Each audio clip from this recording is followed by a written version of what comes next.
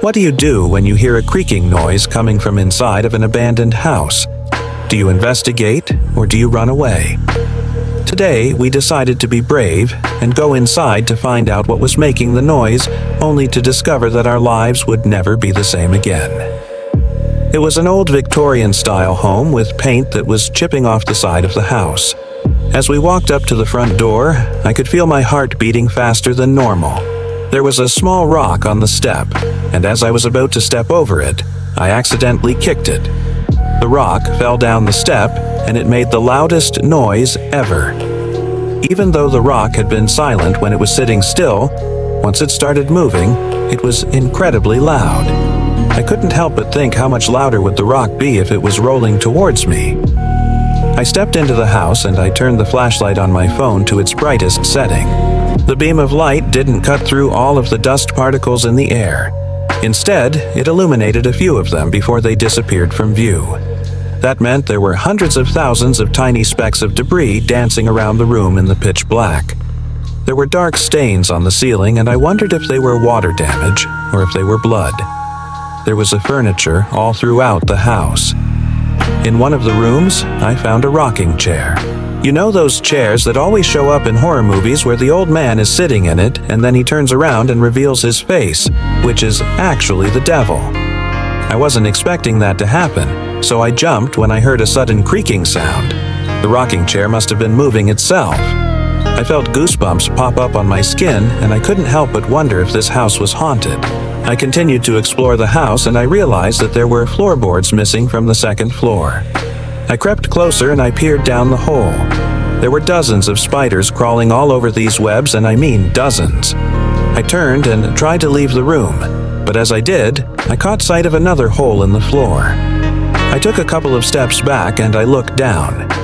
This web was huge, and it almost looked like a blanket had been put across the hole in the floor. I shone my light through the holes in the floor, and I noticed that the spiders weren't the only thing living in here.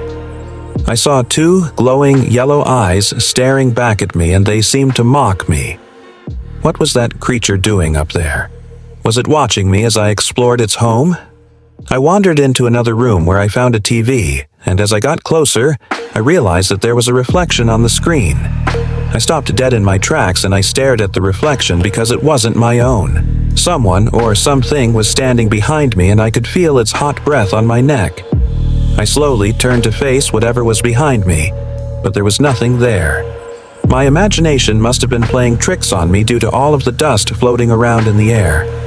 I cleared my throat and I asked, "Hello, is anybody there?" Silence. Of course, no one was going to answer me. It wouldn't make sense anyway because this house had been abandoned for years. I wanted to get to the second floor to see what was hiding above me, but there was no way that I was going to climb all of those stairs. They were covered in webs, and they looked like they were about to collapse. I searched around the room for another way to get upstairs, and I finally spotted a door hidden behind some furniture. I walked over and I opened the door, revealing a spiral staircase. It was covered in even more cobwebs and spiders, but I didn't need to use it today, because I had an ability that would allow me to get to the top without climbing a single step. I placed my hands on the wall and I closed my eyes.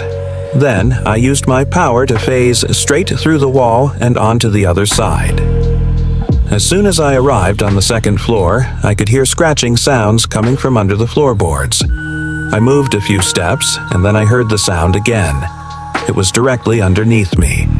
Whatever was up there was moving around. I could hear it breathing heavily as well. I backed away from the sound and I walked over to the window. As I looked out of it, I realized that we were in luck. It was a beautiful day outside. The sun was shining and birds were singing. I turned and smiled at the camera and said, "Isn't this weather just great?" But then I turned back to the window and my smile vanished. I stared in disbelief at what I was seeing outside. All of the trees had been uprooted and they were lying on the ground. The birds had also disappeared. All that could be heard were the wind blowing through the trees and the leaves crunching under something heavy. I ran to the other windows in the room and I looked out of them. Each window had the same view of destruction, and none of them showed any signs of life. I thought to myself, how can it be daytime outside and nighttime inside here?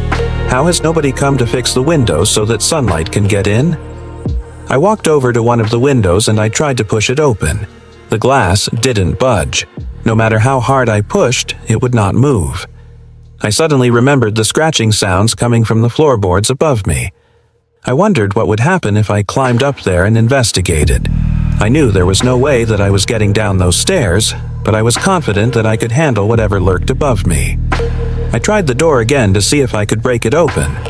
When that failed, I walked over to the other side of the room and I started looking for another way out. I found a small hole punched through the drywall and I stuck my head through it. I could see what was on the other side and I quickly pulled my head back. There was a pair of glowing red eyes on the other side and they were staring directly at me. The eyes glowed brighter and brighter until the whole room was illuminated in red light. The scratching sounds came again, but this time they were louder and more frantic. I turned and I started running. I needed to get out of that room before whatever was lurking in the shadows got me. I could hear heavy footsteps pounding the floor as I ran. I ducked under the doorway and I ran as fast as I could. I stumbled and fell to the ground, but I picked myself up and I continued running. As I ran, I could hear the footsteps getting louder. Whatever was chasing me was catching up. I burst through the front door and I started running away from the house. I didn't dare look back, but I could hear the footsteps stop when I reached a safe distance away. I turned and I ran as fast as I could. I could hear the branches snapping as something heavy was moving through them. I kept running until I finally collapsed on the ground in a heap. I was shivering from head to toe and I could feel my heart beating really fast in my chest. I tried to catch my breath and I sat there for a long time. Eventually, I got up and I walked back to the house. I wanted to see what had chased me out of it. I walked up to the front door and I knocked on it 3 times. "Hello, is anyone there?" Silence. I called out again. "Hello, is anyone there?" Just as I was about to turn and walk away, I heard a voice behind me. "Get away from our house." I whirled around, but there was no one there. I didn't want to stick around to find out who was messing with me, so I ran away as fast as I could. When I finally stopped running, I turned around to get my bearings. I realized that I was lost, and I didn't know where I was. I walked along the road until I found a sign that read, "Welcome to Harmony Creek." I recognized that road. I smiled and I said, "Thanks for watching. If you want to see more videos like this one, be sure to check out the playlist. Thanks again for watching, and I'll see you next time."